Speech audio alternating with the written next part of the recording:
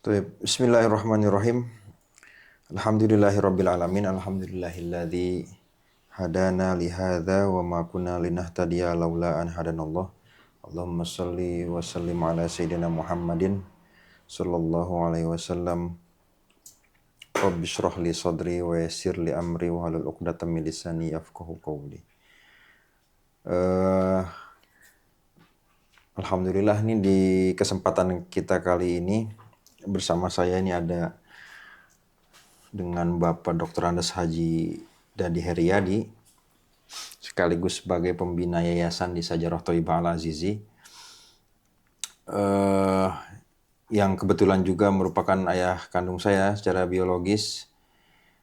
Sengaja pada kesempatan kali ini nih, Pak, kita akan berbincang khusus memberi bekal bagi santri yang mungkin mereka nanti akan lulus dan hidup di masyarakat atau di luar. Nah, kita akan berbincang, dan dari Papa sendiri nanti bisa menyampaikan banyak bekal atau nasihat, bukan hanya sebagai seorang pembina di sini, tapi sebagai antara orang tua kepada anaknya yang akan memberikan pegangan bagi hidup mereka nanti kelak di masyarakat. Nah, yang paling pertama itu yang pertanyaan penting yang harus diketahui oleh para santri adalah apa yang harus dipegang teguh oleh santri ketika kelak mereka lulus dari pondok pesantren. Itu seperti apa, Pak? Ya.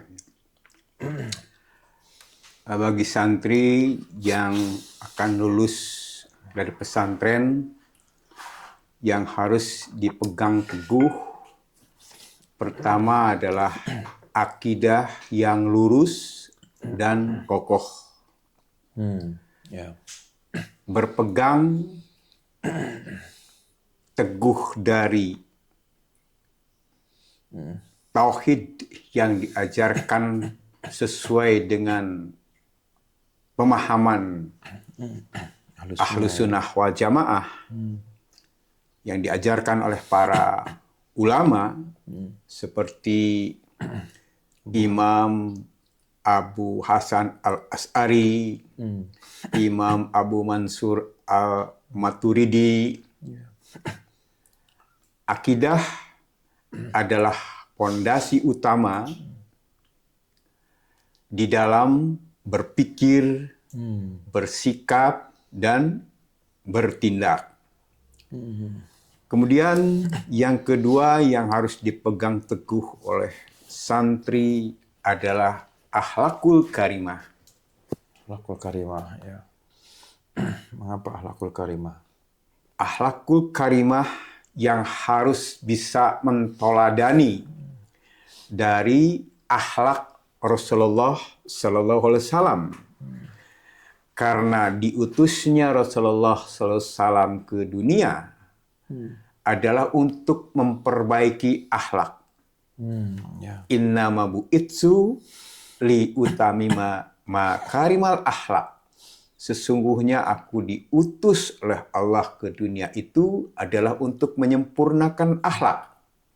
Nah, oleh karena itu santri harus memiliki sifat kejujuran atau sidik, sifat amanah, sifat tanggung jawab, sifat rendah hati, adab terhadap orang tua, guru, maupun pada masyarakat.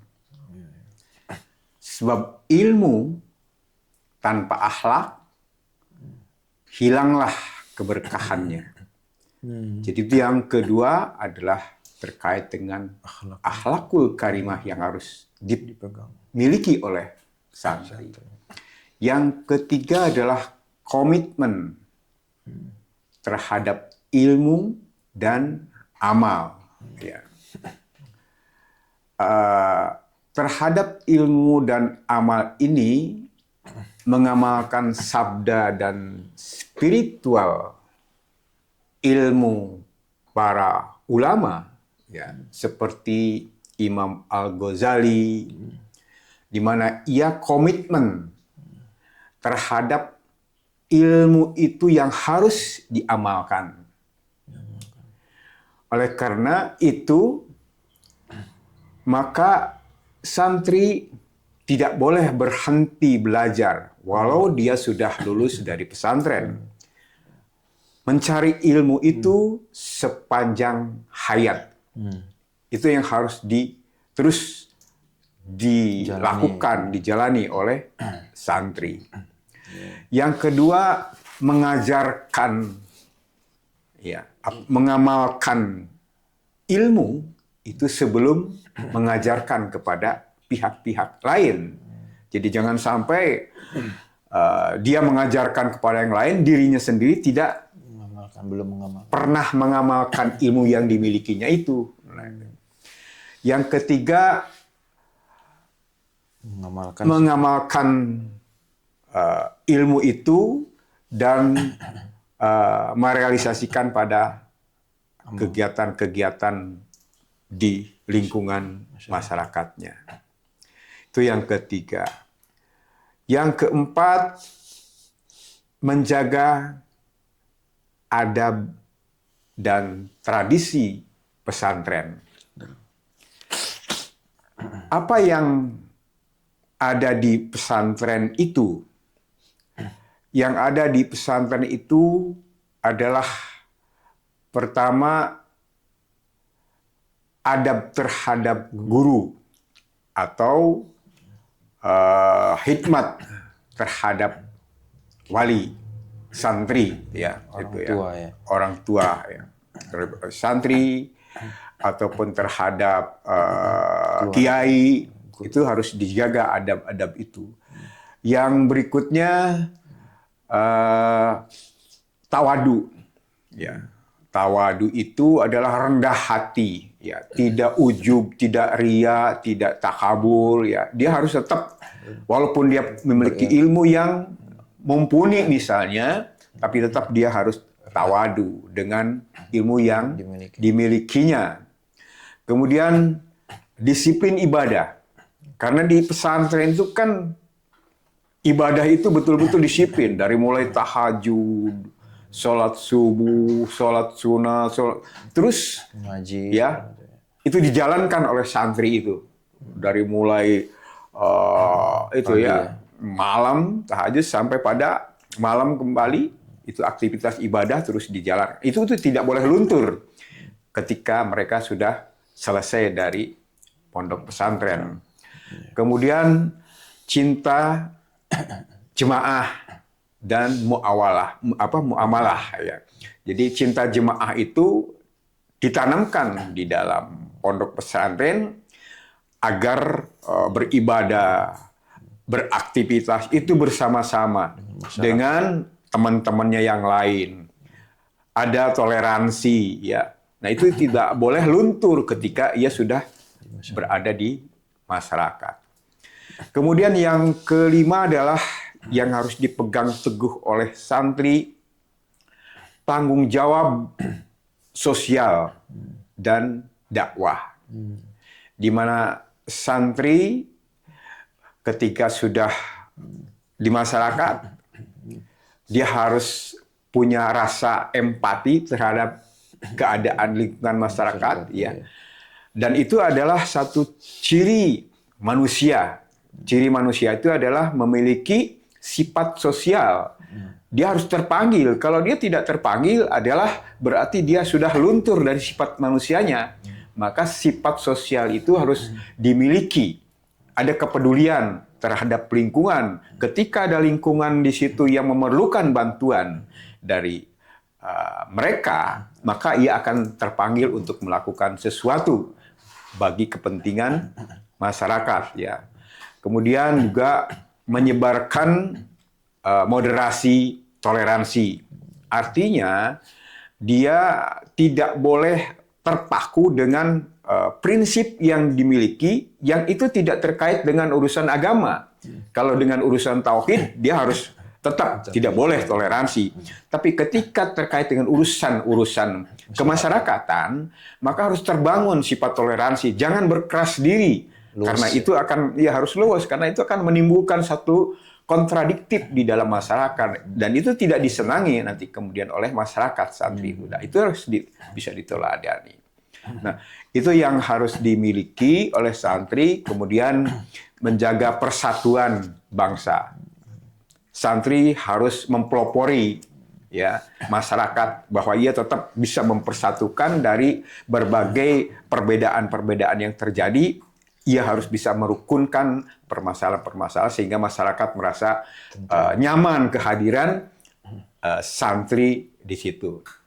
Itu yang kelima. Yang keenamnya adalah kemandirian dan integritas. Kemandirian dan integritas ini terkait dengan santri akan berkiprah di masyarakat untuk urusan dia. Dia akan terjun ke dunia kerja, dia akan terjun ke dunia usaha, dia akan terjun ke dunia sosial. Nah, maka di situ santri harus memiliki kemandirian. Tidak boleh ada ketergantungan oleh pihak-pihak lain sehingga dia tidak punya kemampuan untuk hidup secara mandiri. Santri kan digembleng di pesantren itu untuk bisa hidup mandiri.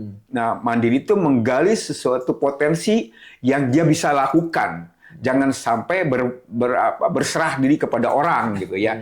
Ketika dia mampu, misalnya dia untuk cari makan, nunggu saja ada orang yang ngasih. Cari ilmu, nunggu ada orang memberi ilmu. Tidak, tapi dia harus aktif untuk mendapatkan itu. Itu yang disebut kemandirian dan integritas santri. Itu terkait dengan yang harus dipegang teguh oleh santri. 6 poin itu. Baik. Ya, itu sangat penting ya, sehingga memang selain memegang prinsip terhadap tadi pokok-pokok agama itu, santri juga memang dituntut untuk luas ya, untuk luas. Nah, ketika santri di masyarakat itu ya Pak, kan kita ketahui nanti tidak semua santri itu punya tempat melanjutkan yang sama, dalam artian tempat berkiprah yang sama. Ada yang melanjutkan pendidikan, ada yang bekerja, ada yang berkiprah di masyarakat. Nah, ini kita bedah secara lebih detail nih. Bagaimana jika santri itu sekarang nanti melanjutkan pendidikan, apa yang harus mereka lakukan? Kemudian, kalaulah mereka bekerja, rata-rata seperti itu ya, melanjutkan pendidikan, kemudian ada yang mungkin mencari penghidupan, ada juga yang mungkin kembali ke kampungnya, mereka mengabdi kepada masyarakat. Nah, ini bagaimana jika melanjutkan pendidikan seperti apa, jika bekerja seperti apa, jika berkiprah di masyarakat seperti apa? Bisa beri nasihatnya. Jika santri setelah lulus dari pesantren hendak melanjutkan pendidikan, maka santri itu harus meluruskan niat. Menjadikan ilmu itu sebagai sarana ibadah. Ya. Sebagai sarana ibadah dan pengabdian, bukan sekedar untuk mendapatkan gelar. Sebab kalau hanya sekedar untuk mendapatkan gelar, itu tentu tidak akan membekali kompetensi dirinya. Dan itu sangat mudah. Mungkin dia bisa kong kali kong dengan pihak-pihak, dengan pihak-pihak yang punya kuasa untuk mengeluarkan ijazah. Nah, ini tidak boleh. Betul-betul niatkan bahwa dia ingin mendapatkan ilmu apa, kompetensi apa dari pendidikan itu. Itu meluruskan niat. Kemudian yang kedua, menjaga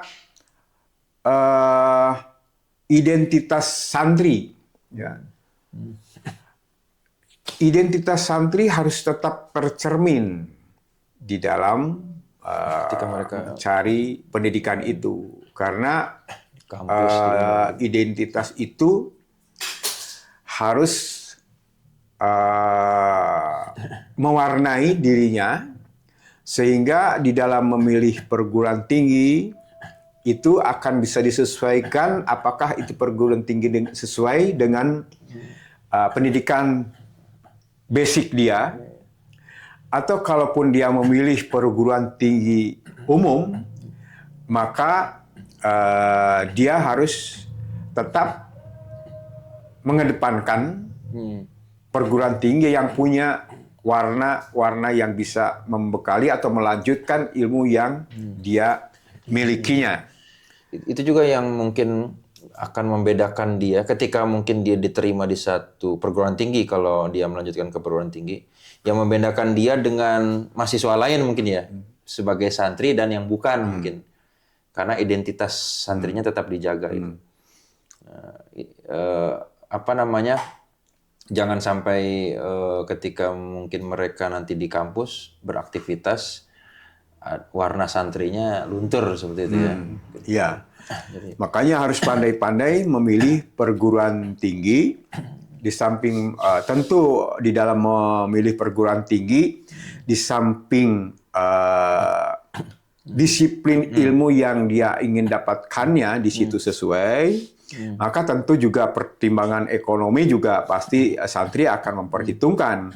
Maka pertimbangan ekonomi itu juga tidak melunturkan kompetensi yang ada dirinya untuk mendapatkan itu. Nah, itu kan bisa juga dicari perguruan tinggi terjangkau. bisa terjangkau, yang bisa sesuai. Jadi disiplin ilmunya bisa terpenuhi, kemampuan dari segi ekonominya juga bisa didapatkan, dan itu bisa dikonsultasikan dengan senior-senior yang sudah mendahului seperti apa sesungguhnya perguruan tinggi yang akan mereka pilih itu, seperti apa kemampuan. Bisa saja di dalam perguruan tinggi itu ada toleransi keringanan dari biaya atau juga beasiswa. Nah, maka itu harus punya inisiatif untuk mendapatkan itu. Jadi juga santri tidak boleh kemudian a priori takut di awal. Wah, perguruan tinggi kelihatannya berat.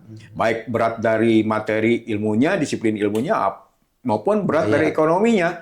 Tapi ketika sudah bisa dibicarakan dengan pihak perguruan tinggi atau didiskusikan dengan senior-senior, bisa jadi banyak orang yang mendapatkan perguruan tinggi bagus dengan biaya yang ringan. Nah, itu banyak dilakukan. Nah, itu di dalam pola pemilihan perguruan tinggi kalau memang dia mau melanjutkan perguruan tinggi.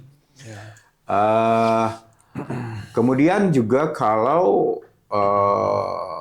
sudah memasuki perguruan tinggi pun, dia harus juga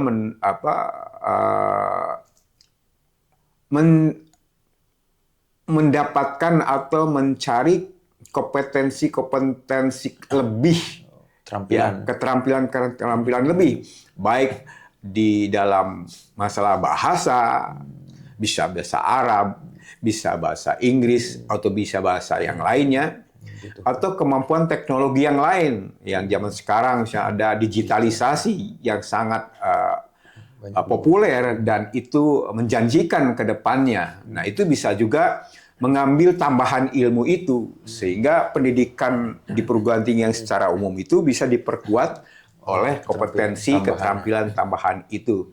Itu dari segi pendidikan. Kalau dia mau melanjutkan ke dunia kerja, maka bagi santri harus berpegang teguh pada integritas. Ya, apa itu integritas yang harus dipegang oleh santri adalah sifat-sifat amanah dan profesionalitas itu harus mendapatkan contoh dari Rasulullah SAW, ya, itu acuan. Karena Rasulullah SAW itu bukan hanya bisa menjadi acuan dalam menjalankan kehidupan biasa saja, tapi Rasulullah itu pedagang, pengusaha yang profesional, yang disiplin, yang tidak melanggar aturan baik aturan agama maupun aturan kemasyarakatan. Maka di dalam dia menjalankan pekerjaan bisa mengacu kepada bagaimana cara Rasulullah berusaha, berdagang. Berdagang itu kan berusaha sebenarnya. Itu yang harus tetap menjadi acuan bagi kita lulusan pondok pesantren itu ketika masuk di dunia kerja. Nah, kemudian juga profesional dan kompeten. Apa arti profesional dan kompeten? Itu adalah tingkat skill yang sesuai dengan bidang kerjanya. Nah, itu harus dimiliki, ya, kemampuan, keterampilan kerjanya, karena itu akan memudahkan mereka bekerja. Ya. Kemudian apa? Disiplin waktu. Apalagi dari pesantren. Udah dipesankan, wal asri innal insana lafi husn illa ladina amanu wa amilus solihati wa tawasau bil haqqi wa tawasau. Itu berkaitan dengan acuan disiplin, ya. Maka ketika ia tidak disiplin akan rugi, ya. Terpental di dunia kerja juga. Iya, di dunia kerja. Karena apa? Di dunia kerja itu dituntut output yang harus segera dihasilkan dengan waktu yang sudah ditentukan, gitu ya, di dunia kerja itu. Nah, kalau kemudian terlambat, maka peluang-peluang untuk mendapatkan hasil itu akan juga terambil oleh pihak-pihak lain. Maka disinilah yang harus dipegang oleh santri terkait dengan profesional di dalam disiplin waktu. Kemudian bertanggung jawab. Ya. Artinya segala sesuatu yang dikerjakan oleh dirinya itu harus bisa dipertanggungjawabkan. Baik itu pekerjaannya sesuai dengan target-target yang ditugaskan oleh pimpinannya, atau kemudian ketidakmampuan dia lalu tidak sesuai dengan apa yang seharusnya diminta, dia tetap harus bertanggung jawab dengan output pekerjaan yang diberikan atau ditugaskan kepada dirinya. Itu yang harus dimiliki oleh santri di dalam dunia kerja. Itu, saya kira semua itu akan membekali santri di dalam beraktivitas di dunia kerja. Baik, nah itu penting nasihat ketika santri di dunia kerja, ya. Nah, kemudian tidak hanya bekerja, mungkin santri juga nanti ada yang kembali ke kampung halamannya, ya. Kampung halamannya, entah mungkin dia mendapat tuntutan menjadi, ya, kalau tokoh mungkin tidak, mungkin dia akan beraktivitas di pemuda, kemudian di masjid setempat, kemudian dia beraktivitas di mana bidang-bidang yang ada di masyarakat. Nah, kira-kira nasihat apa yang bisa disampaikan nih untuk santri yang mengabdi di masyarakat ini? Ya, ketika santri itu mengabdi di masyarakat, ia harus aktif dalam berdakwah dan pendidikan. Karena memang itu jalurnya santri, ya. Nah, bagaimana aktif berdakwah dan pendidikan itu ada metodenya sehingga bisa diterima oleh masyarakat.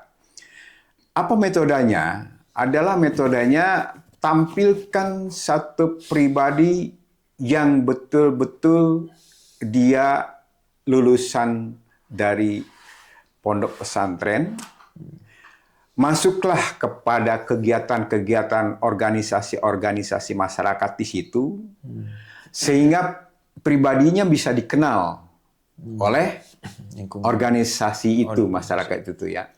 Ketika pribadinya sudah dikenal oleh dia adalah jujur, dia bisa bekerja, dia disiplin, maka SDM yang ada di dalam organisasi itu akan mengetahui kepribadiannya, maka itu memudahkan dia untuk menyampaikan sesuatu kebenaran. Karena apa? Sudah tidak asing lagi, sudah dikenal. Dia tuh tidak akan mengkhianati, dia tidak akan Keluar dari di luar aturan-aturan, maka mudah untuk dia, bahkan bisa jadi dia akan bisa mempelopori menjadi pimpinan-pimpinan organisasi itu gitu ya. Nah, itu metodenya, dan itu pernah Papa lakukan ketika aktif di pemuda di Bandung. Jadi masuk di organisasi masyarakat, Bapak ikut di organisasi pemuda masjid. Nah, sehingga untuk mengajak pemuda ke masjid itu tidak susah. Karena pribadi Bapak sudah dikenal di lingkungan organisasi pemuda itu. Nah, demikian sebaliknya. Organisasi pemuda yang masjid yang seringkali juga diremehkan oleh pemuda-pemuda yang lain, misalnya saja, wah ini dianggapnya kurang kompeten, kurang bisa melakukan sesuatu masyarakat, maka akan mudah diajak untuk beraktivitas di lingkungan kegiatan pemuda di masyarakat. Ini saling mengisi. Maka yang tadinya saling mencemooh ya atas kedua pemuda yang punya warna ya, punya warna yang tidak, nah itu bisa disatukan, bisa dianulir sehingga tidak lagi sekat-sekat ini pemuda masjid, ini pemuda Karang Taruna misalnya, tidak lagi. Nah, semuanya di dalam menuju pada kegiatan pemuda yang menuju pada kebenaran dari metode-metode menumbuhkan akhlak yang baik. Itu di dalam lingkungan masyarakat. Bisa dia mengajarkan ngaji, dia bisa mengajarkan pidato. Karena di pesantren misalkan kan itu dilatih mereka untuk bisa berbicara, bagaimana harus berpidato, bagaimana harus diskusi, bagaimana diskusi yang memiliki akhlak yang baik, tidak saling menjelekkan, diskusi untuk mencapai sesuatu tujuan yang baik.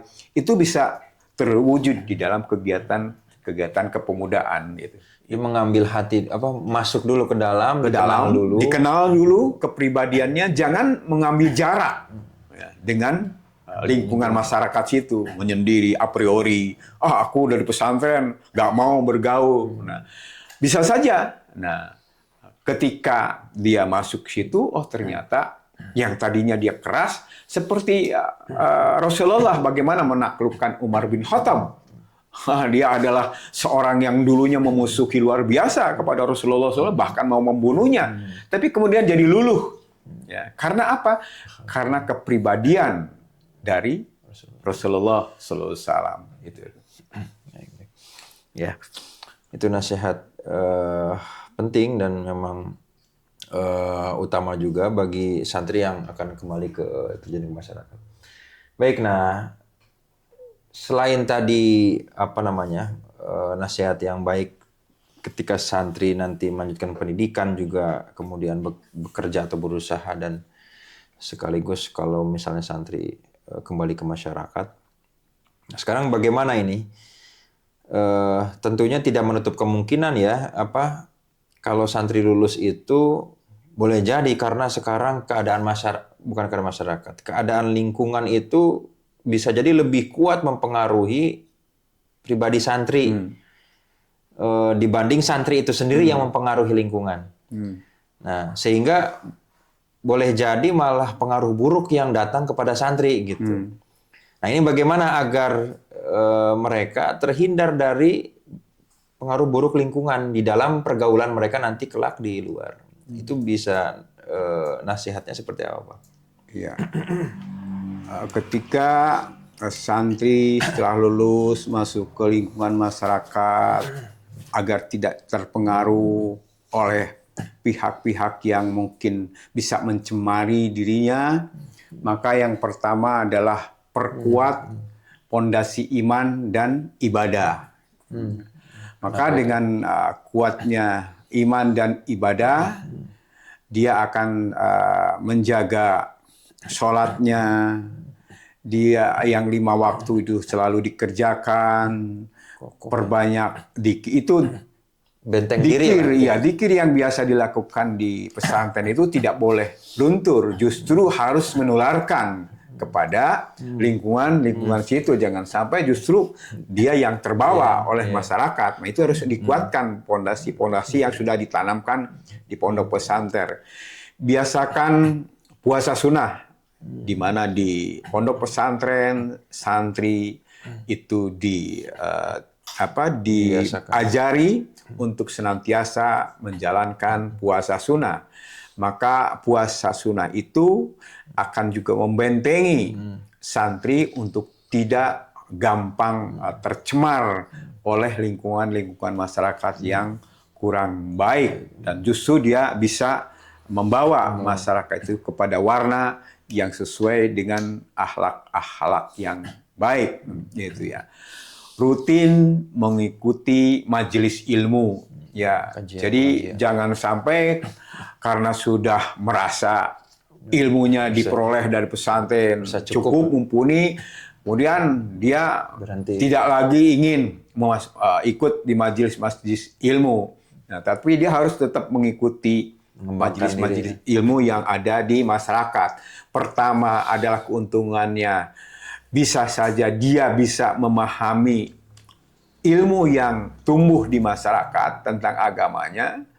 Kemudian yang keduanya juga dia bisa juga menjadi paham akan karakteristik kultur budaya masyarakat di situ, sehingga dia akan bisa memberikan pelajaran atau ilmu kepada masyarakat itu bisa mudah diterima, karena kultur di masyarakat bisa jadi berbeda dengan kultur pesantren, ya, ilmunya gitu. Tapi kemudian tidak boleh langsung membelokkan apa yang biasa terjadi, dan itu harus pelan-pelan. Kalau itu yang dijalani oleh masyarakat atau dinilai tidak sesuai dengan, misalnya dengan sunnah, dengan aturan, itu boleh mengarahkan, tapi dengan pelan-pelan sehingga tidak terjadi konflik dan antipati masyarakat terhadap tadinya mau memberikan pelajaran, justru malah dimusuhi, dijauhi. Nah, itu yang harus dijaga oleh santri. Kemudian pilihlah lingkungan pertemanan yang baik, ya, yang walaupun kita diharapkan bisa merubah masyarakat, kalau tidak sanggup, tapi mungkin tetap lingkungan itu harus menjadi pilihan juga gitu. Karena boleh jadi itu dia bisa terperangkap kepada lingkungan. Kalau dinilai bahwa diri sendiri itu, kalau dengan diri sendiri tidak kuat misalnya, dia akan masuk. Nah, itu jangan. Lebih baik dia mencari. Dia bisa mengukur. Pernah Papa dulu berada di lingkungan yang kurang bagus, ya, peminum, pemudanya. Tapi Papa merasa mampu bagaimana untuk meluruskan dia. Tetap Masuk ke dalam lingkungan, tapi tetap tidak tercemar, tidak terbawa oleh itu. Bahkan dia harus patuh, bisa ngikutin. Gitu. Alhamdulillah. Nah, gitu ya. Banyak teman-teman yang pemuda saat itu yang kemudian menjadi luluh, menjadi masuk ke masjid, ikut bersama pengajian pemuda di masjid. Nah, oleh karena itu tadi mengukur tingkat kemampuan, mampu nggak kita untuk masuk pada lingkungan itu. Jangan sampai kita terperangkap di dalam lingkungan yang tidak baik itu. Ya, sekarang ini kan mereka hidup di dunia yang media sosial, banyak yang mungkin ya itu dapat pengaruh buruk itu bukan hanya dari lingkungan, tapi dari gadget sekarang ya. Dari gadget seperti itu. Itu penting juga untuk membatasi diri atau membatasi diri, mencegah dari konten-konten yang negatif itu penting ya. Penting ya. Tahu konten negatif boleh, karena bagaimana kita bisa mengoreksi itu negatif atau tidak. Tapi kita tidak boleh tenggelam ke dalam konten negatif itu. Nah, sehingga dengan taunya itu bisa mengoreksi di mana negatifnya itu konten. Nah, dampaknya seperti apa? Jadi mengetahuinya boleh, artinya melihat sepintas. Kalau itu tadi, kalau dia belum sanggup untuk melihat itu, lebih baik menghindar saja. Kalau dia merasa wah ini sangat akan buruk lah terhadap sikap perilaku kita terkait medsos, maka carilah medsos-medsos yang sifatnya punya nilai religius ya, untuk menambah pengayaan dia ya, misalnya di sana terkait dengan medsos keilmuan. Ilmu apa saja? Nah, bukan hanya ilmu agama, ilmu teknologi, ilmu digitalisasi, ilmu pemasaran, ilmu dagang, ilmu apa, itu Bisa dicari gitu. Ketika kemudian muncul, kan di medsos itu tiba-tiba muncul konten-konten negatif, kita bisa split. Kita jangan tenggelam di situ ya. Tapi kita tahu yang negatif itu seperti apa, nah sehingga kita bisa menyeleksi. Kalau kita tidak tahu yang negatif, yang itu ya tidak bisa menyeleksi. Bagaimana santri itu di media sosial, di zaman media sosial sekarang yang sudah merebak itu, aturan-aturan yang harus, aturan-aturan pergaulan di media sosial yang harus diikuti secara bijak oleh santri itu seperti apa itu? Hal-hal yang harus diperlukannya. Yang harus dimiliki oleh santri di dalam menyeleksi media sosial. Pertama, santri harus punya pengetahuan tentang konten-konten yang sesungguhnya tidak senonoh, ya, yang di luar aturan-aturan, baik aturan susila maupun norma-norma agama, gitu ya. Nah, karena boleh jadi konten-konten itu hanya konten-konten hiburan, tapi di dalamnya mengandung konten-konten yang tidak mencerdaskan hati, tidak mencerdaskan pikiran, justru mengotori pikiran. Maka pertama adalah literasi digital yang baik, yang harus diketahui. Di digital yang baik itu seperti apa? Santri bisa memverifikasi informasi itu, ya, diverifikasi ya oleh santri itu yang muncul, membedakan fakta dan opini. Nah, hoax itu ya, bagaimana fakta? Nah, ini kan juga harus punya pelajaran, ya, fakta, bahwa itu faktanya tidak sesuai, faktanya itu hanya opini, pendapat-pendapat seseorang saja, ini harus.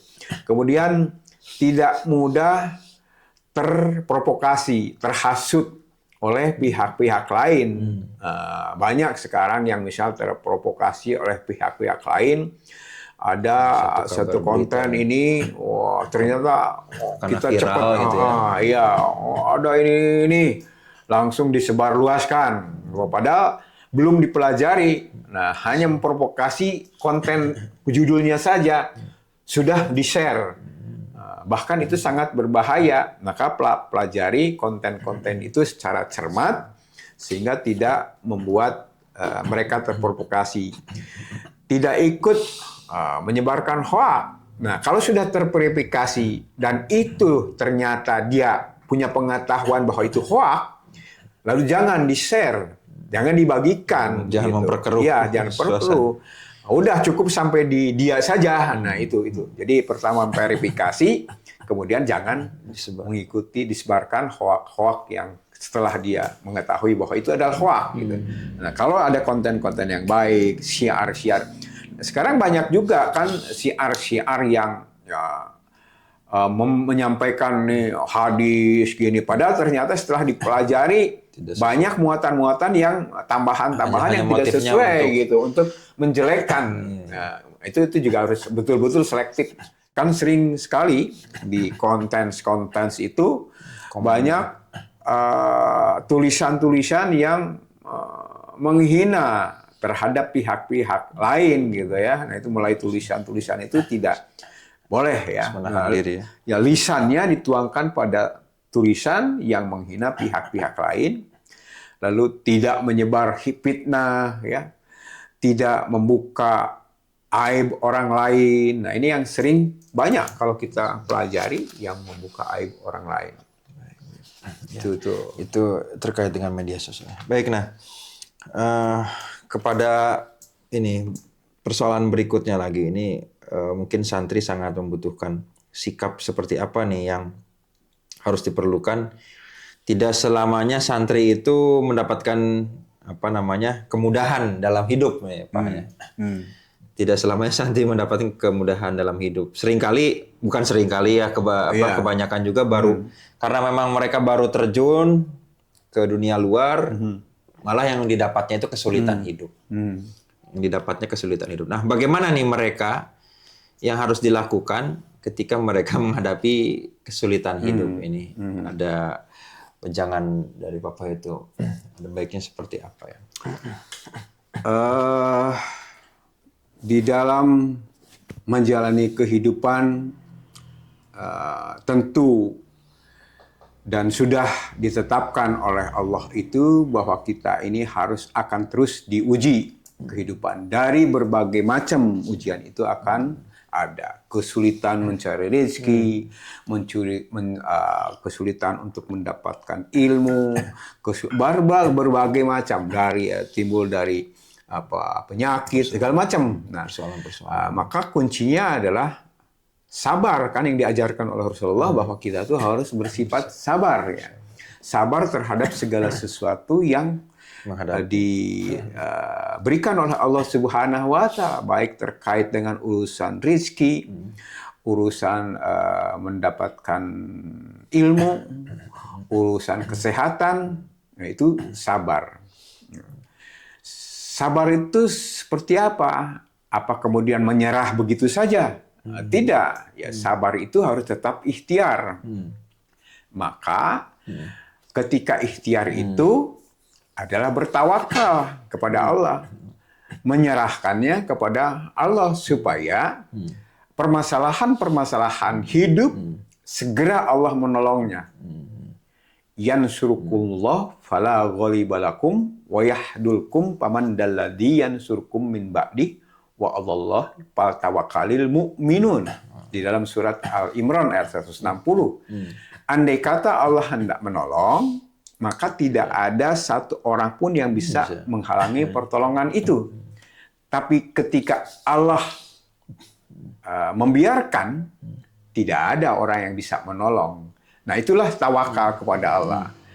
Pasti Allah akan menolong. Kalau kita bertawakal. Tapi Allah akan mengukur dulu. Dan setiap yang diberikan ujian oleh Allah kepada kita, Allah sudah mengukur bahwa seseorang itu akan mampu mengatasinya gitu. Nah, tapi harus dibarengi dengan minta pertolongan kepada Allah Subhanahu wa Ta'ala. Jadi pertama adalah sabar, keduanya tawakal, kemudian istiqomah. Apa adalah tetap tidak tergoyahkan keimanan kita, tidak tergoyahkan terhadap usaha ikhtiar kita, istiqomah kepada Allah. Walaupun berbagai godaan menerpa kepada kita, kita betul-betul teguh bahwa kita berikhtiar hidup dan kita serahkan kepada Allah Subhanahu wa Ta'ala. Itu kunci. Kemudian yang keempatnya harus tetap optimis. Artinya punya keyakinan, jangan pesimis. Sebab pesimis itu akan mempengaruhi psikologi. Keberhasilan itu diciptakan dengan optimis, rasa pasti. Seperti contoh, kalau kita menetapkan, misalnya, aduh, saya tidak bisa nih ngerjakan. Kalau diawali dengan ucapan tidak bisa, itu memberikan pengaruh psikologis. Sehingga kita tidak mampu melakukan. Tapi kalau kita di depannya, masa sih saya tidak bisa mengerjakan ini? Bisalah. Insya Allah bahwa itu bisa dilakukan. Itu sering Papa mengalami seperti itu. Jadi sifat optimis harus tetap tertanam pada diri kita. Itu. Kemudian juga ada yang harus dipegang adalah kerja keras. Ya. Kerja keras itu adalah kerja yang betul-betul mengarahkan seluruh kemampuan kita ya untuk mencapai apa yang kita inginkan gitu. Itu bekerja keras harus juga dimiliki oleh santri itu. Kemudian rendah hati dan mau belajar itu juga harus tetap dijaga. Kemudian menjaga akhlak dan pergaulan itu juga sudah tadi disampaikan bahwa tetap dalam kondisi apapun akhlak pergaulan itu harus dijaga. Jangan sampai kemudian ketika kita diuji dengan sesuatu yang berat, akhlak menjadi tidak baik. Misalnya saja kesulitan ekonomi, kemudian mempengaruhi pada akhlaknya apa? Menyolong, memiliki orang lain, itu kan akhlak. Nah, dia berputus asa dengan keadaan itu. Dengan berputus asa saat itu, dia tergoda oleh setan. Maka dia bisa mengambil sesuatu jalan pintas. Itu adalah akhlak. Nah, itu yang harus dijaga. Jadi kesimpulannya bahwa santri yang siap menghadapi kehidupan adalah santri yang memiliki jiwa yang bisa bekerja keras, rendah hati, dan menjaga akhlak. Gitu. Ya menarik itu tadi ketika santri menghadapi kesulitan hidup bahwa pasti kesulitan itu bisa ditempuh dengan prinsip-prinsip sikap tadi. Nah ini ada poin penting lagi ketika santri nanti kembali ke rumah. Selama di pondok pesantren, santri itu memang kan jauh dari orang tua dan mereka harus hidup mandiri. Kemudian ketika kembali ke rumah, tentunya dia akan banyak kembali kepada pelukan orang tua. Nah, ada nasihat yang harus disampaikan mungkin ketika santri nanti kembali ke rumah dan harus bertemu dengan orang tua dan mungkin banyak di rumah. Apa yang harus mereka lakukan? Ya. Ketika santri setelah selesai nanti akan kembali ke rumah, maka apa yang telah ditanamkan oleh ustadz kiai-kiai di pondok pesantren itu adalah terkait dengan adab ya. Itu tadi ya. Adab, tanggung jawab, dan kasih sayang dalam keluarga ya. Yang harmonis, penuh keberkahan, dan saling menghormati. Nah, yang pertama adalah berbakti kepada orang tua. Birrul walidain. Ya. Bagaimana berbakti kepada orang tua? Adalah menghormati dan memuliakan orang tua. Mendengarkan nasihat mereka dengan baik, tidak membantah atau berkata kasar. Dan ini sudah difirmankan diatur oleh Allah Subhanahu wa taala di dalam Al-Qur'an surat Luqman kalau tidak salah. Di situ bagaimana sikap anak terhadap orang tua, andai kata pun orang tua mengajaknya kepada kekufuran, itu kekufurannya tidak boleh diikuti. Tapi ya, kebaikannya harus tetap dijalankan. Di dalam hubungan surat baiknya ya. Ya, hubungan baiknya. Jadi terkait dengan urusan agamanya tidak boleh diikuti. Ya. Kalau orang tuanya mendorong pada kekafiran misalnya saja. Nah, tapi tetap harus berbuat baik kepada orang tuanya. Ya, menariknya. Wa in jahadaka ala antusrika bima laisa laka bihi ilmun fala tutihuma wa sahibhuma fid dunya ma'rufa wa tabi sabila man anaba ilaka summa ila marjikum fa unabbiukum bima kuntum ta'malun. Gitu ya. Jadi berbuat baiklah kepada orang tua ya. Andai kata orang tua itu memaksamu kepada kekafiran, kesirikan, jangan diikuti kesirikan kafirannya, tapi berbuat baik, perlakukan baiklah kepada orang tua itu. Kemudian telah menghormati, tetap mendengarkan. Jadi kepada orang tua tuh, andai kata pun orang tua itu salah, ya terhadap apa yang tidak sesuai dengan anaknya, misalnya, itu harus tetap didengarkan saja. Jangan sampai dibantah. Nah itu orang tua itu. Itu diterangkan di dalam hadis Rasulullah itu. Tidak boleh dibantah gitu ya. Tetap didengarkan saja. Artinya bahwa dia menghargai orang tua, karena pasti pikiran anak-anak dengan pikiran orang tua sudah akan berbeda. Ya. Generasinya Sudah jauh. Nah, kemampuan orang tua zaman dulu mungkin terhadap digitalisasi kan tidak. Situasi udah berbeda. Iya, berbeda. Kalau ada orang tua yang memang gaptek terhadap itu, yang sangat wajar, yang tidak boleh kalau orang tua meminta sesuatu pertolongan bantuan kepada anaknya, lalu anaknya menganggap bahwa itu menolak atau gitu. Itu tidak boleh. Tetap harus dijaga hubungan itu dengan baik. Pertama, karena orang tua kemampuan fisiknya juga sudah mulai berkurang. Bisa jadi daya tangkap juga sudah mulai berkurang. Nah, itu adalah peran-peran dari anaknya. Kemudian menjaga keharmonisan keluarga. Itu tetap harus dijaga. Bagaimana? Pasti ada perbedaan antara satu anak dengan yang lainnya, tapi tetap harus dijaga keharmonisan itu, menjadikan orang tua sebagai sumber doa dan keberkahan. Nah, orang tua itu ada tajam doanya ya.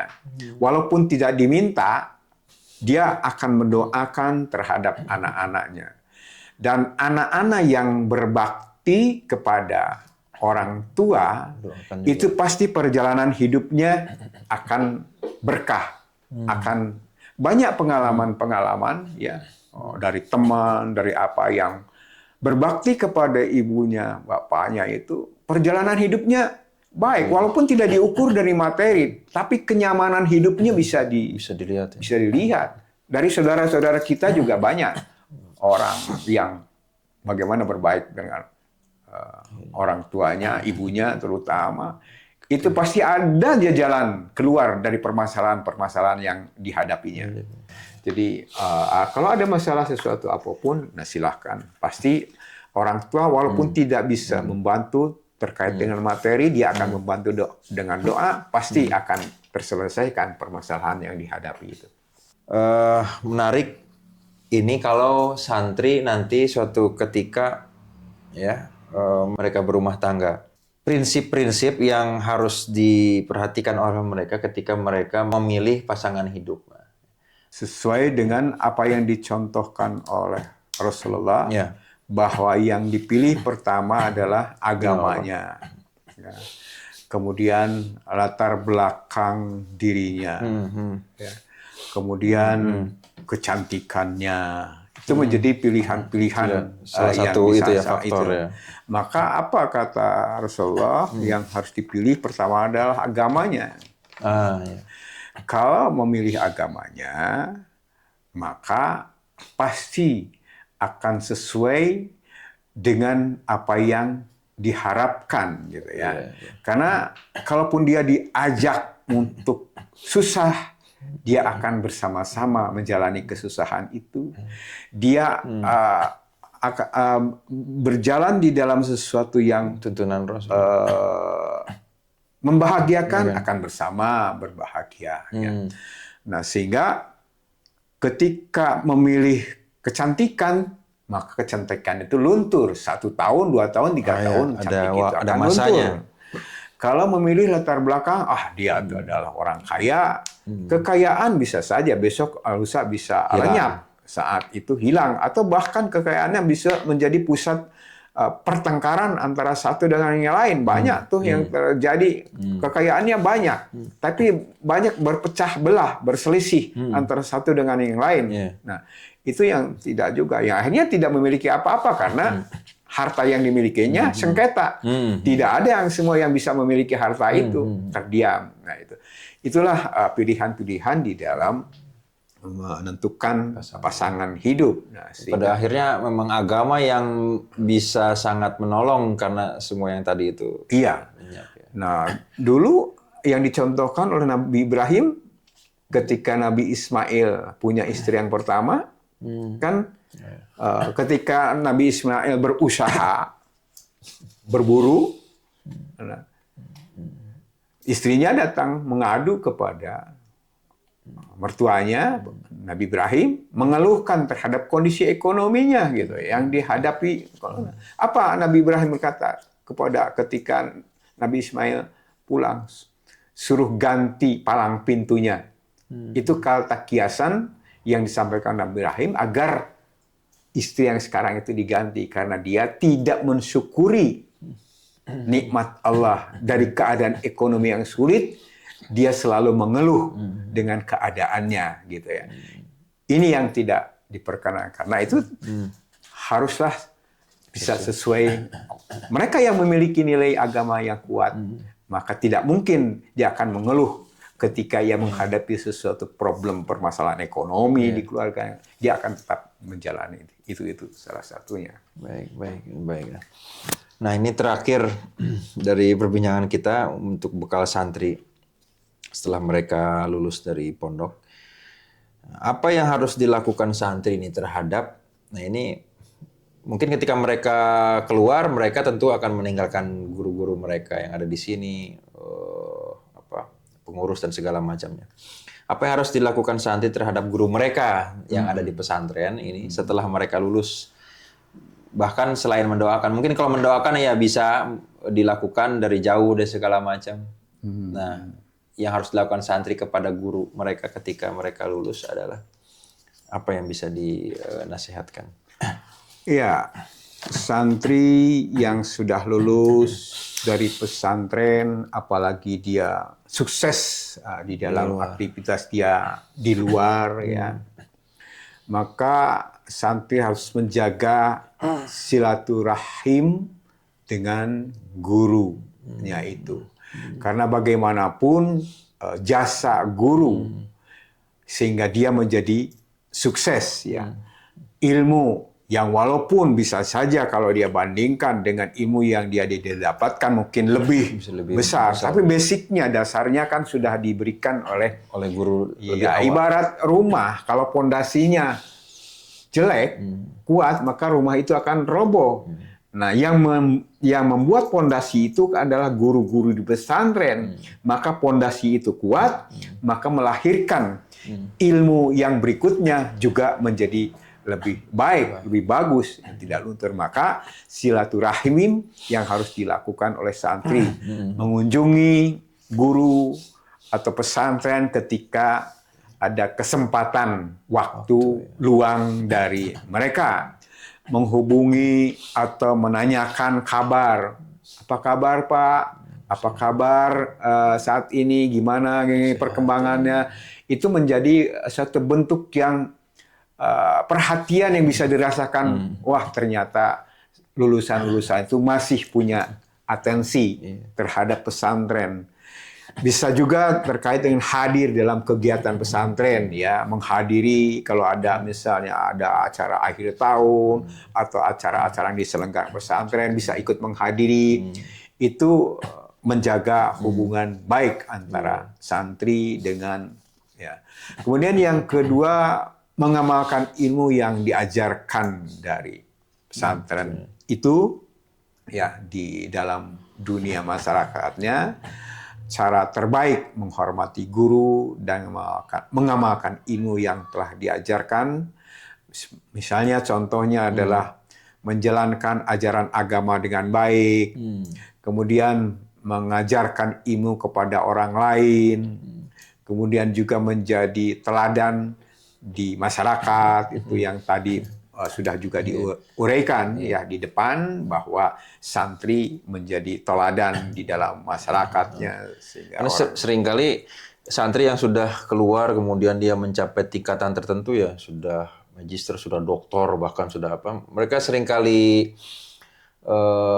enggan, seringkali ogah kembali ngajar ngaji atau bangun TPA karena merasa dirinya sudah tinggi gitu ya. Jadi sehingga mereka udah tidak mau lagi bersentuhan dengan ini level terkecil gitu ya.